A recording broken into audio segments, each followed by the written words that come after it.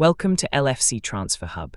Steven Gerrard's colossal net worth and next job plans after offer to return to Liverpool. Liverpool dream January transfer window as Marquee forward snapped up and Guehi signs. Steven Gerrard will be on our TV screens tonight as his former club Liverpool take on Barnsley. The Reds face the League One side in the penultimate third-round fixture of the FA Cup on Monday, with kick-off scheduled for 7:45 p.m. GMT. At the start of TNT Sports coverage of the Cup tie, Anfield hero Gerrard will be joined by Joe Cole in conducting the draw for the fourth round, with the remaining 32 teams, potentially including Arne Slot's men, finding out who they will face on the weekend commencing Saturday, February 14. Gerrard will hope Liverpool can avoid an upset, as Crystal Palace and Manchester United both had to endure last week, after 3 draws on the bounce in the Premier League, to start the new year. Now, Mirror Football brings you an update of everything to do with the legendary former Red skipper himself, including his net worth, his recent comments about a Liverpool return and next managerial steps. Gerrard is worth an estimated £75 million, according to 888 Sports. It is believed he earned around £22.05 over the course of his legendary playing career for Liverpool and MLS side LA Galaxy. The 45-year-old has since gone on to make a fortune from his managerial career, having reportedly been offered a lucrative £15.2 million a year salary while managing Al Ettifaq in the Saudi Pro League.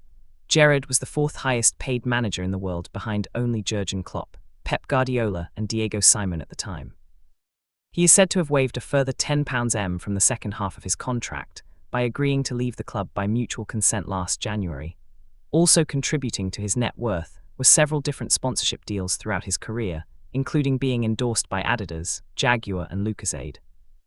Having left Saudi Arabia, Gerrard has worked as a pundit for TNT Sports in recent months, and he made a comment recently that would leave any Red excited, telling Ally McCoist in an episode of TNT Sports, Ally's social club, that he would be open to returning to Liverpool to work in any capacity. His words suggested he would be happy to work under or alongside Arne Slot, and potentially even succeed him one day. The 2005 Champions League winner said in December, "I'll be brutally honest with you. I'd help Liverpool in any department at any minute of every day. I'd help them with anything. I don't want the Liverpool manager to lose his job. I want Arne Slot to fix this and turn it around and make Liverpool great. I was bouncing all over the city 5 months ago when Liverpool won the league. I'm a Liverpool fan, I want the best for Liverpool. But if Liverpool need me in any department at any time, I'll be there for them." The last time Gerrard officially worked for Liverpool was as U18's coach for a season and a half, between January 2017 and the summer of 2018. He has since appeared for the club in Legends charity matches, while also representing the Reds in a commercial role, including as part of last year's Christmas advertising. Gerrard has admitted he isn't desperate to return to management anytime soon, only being interested if the right project comes up. The former Red skipper threw himself into coaching at Liverpool as soon as he retired in November 2016, with senior positions at Rangers, Aston Villa and Saudi following, and he appears happy to bide his time and keep his options open until the next opportunity arises. He explained, "If that right opportunity, or that feeling that I got when I first bounced into Rangers, doesn't come, then I'm fine. I'm not searching for a job, I'm not down the job centre for what's available. I'm not hoping that one might come available. My life's great, my family life's great, I'm enjoying doing media work, I've got a lot going on. My life's good, I'm fine. If the right football project comes up, the hunger's back, it's there." Liverpool dream January transfer window as Marquee forward snapped up and Guehi signs. With 3 weeks to go until the January transfer window closes, Liverpool have enjoyed a quiet month to date. The Reds have added more Tala Ndiaye and Noah Adekoya to their academy ranks and sold James Norris to Shelbourne, while James McConnell, Owen Beck and James Balagizi have been recalled from loan stints away. Beyond that, despite plenty of speculation, there has not been anything of note, which is what Liverpool were anticipating. But with Connor Bradley having now been ruled out for the season, with a significant knee injury, adding to Arne Slot's selection issues, it remains to be seen if that stance will change during the final 21 days of the mid-season transfer window. The Reds were already without Giovanni Leoni for the campaign, after he underwent surgery on an ACL injury suffered on his debut back in September, while Alexander Isak is also a long-term absentee after he fractured his leg in last month's win over Tottenham Hotspur. Liverpool have been without Hugo Ekitike and Wataru Endo, because of injuries of their own in recent weeks, though the pair are closing in on returns, while Mohamed Salah is also due back next week, following the conclusion of the Africa Cup of Nations.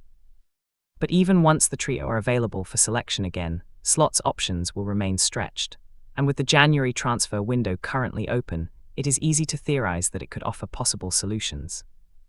Admittedly, the Reds' hands are currently tied, having selected the full quota of 17 overseas players in both their Premier League and Champions League squads. As a result, they are currently only able to add homegrown players to their ranks without selling or dropping any of their foreign stars. They do remain interested in Guehi ahead of his contract expiring at the end of the season, though, having seen Crystal Palace block a £35 move for the England international at the 11th hour on deadline day back in the summer. While Guehi had been expected to see out the season at Selhurst Park, before having his pick of the clubs on a Bosman transfer at the end of the campaign, Bradley's injury could see Liverpool attempt to bring forward their transfer plans and test such a resolve.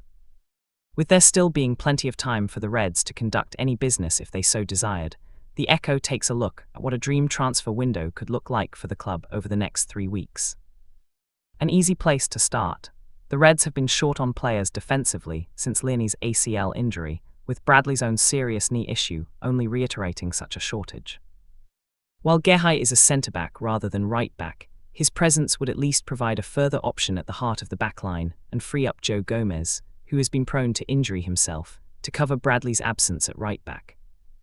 The Palace captain would already be a Liverpool player had his current club not had a late change of heart in the summer after failing to sign a replacement, with a £35 deal initially agreed.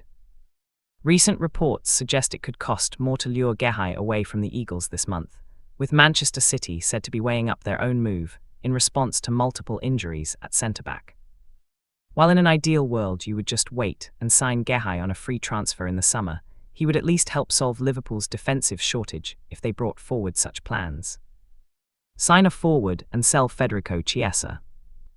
The Reds had been heavily linked with Anton Semenyo, but ultimately never made a move for the Ghana international prior to his switch from AFC Bournemouth to Man City. Like Guehi, he would have been classed as homegrown, so would have been able to be added to Liverpool's ranks without the need for any senior departures. While the Reds did not rival City for his signature, such speculation did highlight how Liverpool had perhaps left themselves short in their attacking ranks after selling Luis Diaz to Bayern Munich in the summer. Their position has not been aided by Isak's fractured leg, even if Ekatike and Salah will soon be options again once more. Yet Rio Ngumoha's opportunities have remained limited, as Slot continues to manage the teenager carefully, while Federico Chiesa continues to be limited to a bit-part role. With Juventus reportedly interested in re-signing the forward, a mid-season departure would at least give Liverpool the scope to add a player more fancied by Slot to their attacking ranks, and without being limited to said option, having to fill their homegrown quota too.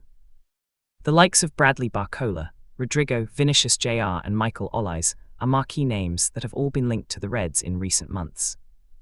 Seeing as we're theorizing what a dream transfer window might look like, however unlikely such a signing mid-January might currently be, let us just pretend that the arrival of one of the quartet would not be limited to a football manager save. Recall Harvey Elliott. Harvey Elliott's loan move to Aston Villa has not worked out. He has made only 5 appearances, and Unai Emery has already made it perfectly clear that the Villains will not be signing the midfielder permanently. Consequently, he remains in limbo, frozen out at Villa Park, having not made an appearance since the start of October, and failed to make a Premier League matchday squad since a mid-October win over Tottenham Hotspur. With Villa required to sign the 22-year-old in a £35 deal, if he makes 10 appearances for the club, his fortunes will not improve if he stays put. Liverpool do not have a recall option for Elliott, meaning Villa will have to open talks if they wish to send the midfielder back to Anfield.